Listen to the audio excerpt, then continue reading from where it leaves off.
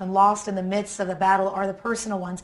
After all, it is the people of Egypt that are revolting. So we will welcome Daniel Massieh. He's an Egyptian author. He lives in San Diego. Daniel, of course, like many people watching what's happening in Egypt right now. Daniel, thank you for being here with us this morning. Thank you. Before we get into details of what's happening right now, can you just back up for a second? For those that may still be struggling to understand these images that we are seeing and we're talking about it, what is happening in Egypt right now? Why are people out on the streets protesting?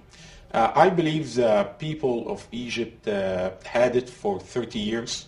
The system corrupted, and there is no freedom of religion, freedom of speech, and the regime, the current regime now is taking advantage of the resources of Egypt.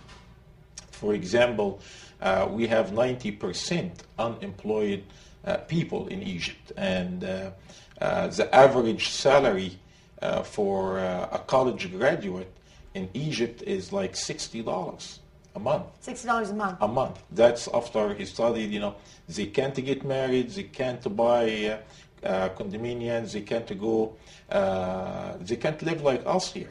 Well, when you talk about this, and obviously they're fighting for a lot of basic necessities in life and a quality of life, there are a lot of countries, Daniel, on that side of the world. We saw Iran revolt not too long ago, fighting for the same reasons. Why now? Why after 30 years? What is happening within the people that it's happening right now?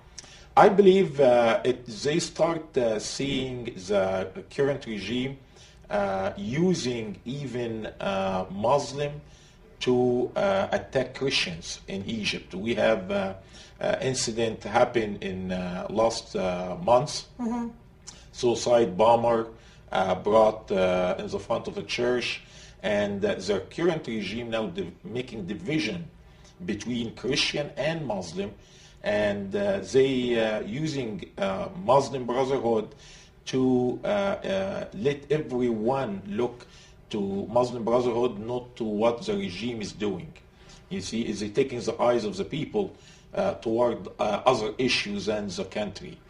Speaking of the Muslim Brotherhood, these are live pictures, Daniel, that we're looking at right now coming out of Cairo, Egypt, that people still on the streets. The protests have now turned violent there. One of the things that we've been talking about, because President Hosni Mubarak did say that he will not run for another election. Having said that, the people there are saying, no, now, we're not waiting. But what's something that we were just talking about that needs to be watched out for in the middle of all this is that who will be the power that will come to then take over? There is some concern that you have over that. Right. What happened is, what happening now in Egypt started by the people, the Egyptian people. In fact, from both sides, Muslim and Christians, right? They want change. They looking for change. Now we have the Muslim Brotherhood in Egypt.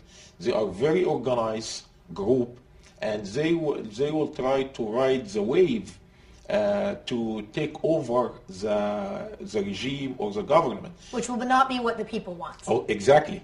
And that's the thing. It's really more concerning even people here in the United States, because most of the United States, they don't understand that what will happen if the Muslim Brotherhood take over the regimes here. Well, Daniel Massieh, you're an Egyptian author. Thank you for coming in. We're going to be talking about this for days and weeks, not only to see when these protests will wrap up, but what's going to unfold after this. Thank you for being here. Thank you so I really much. appreciate it. Thank you. Coming up on the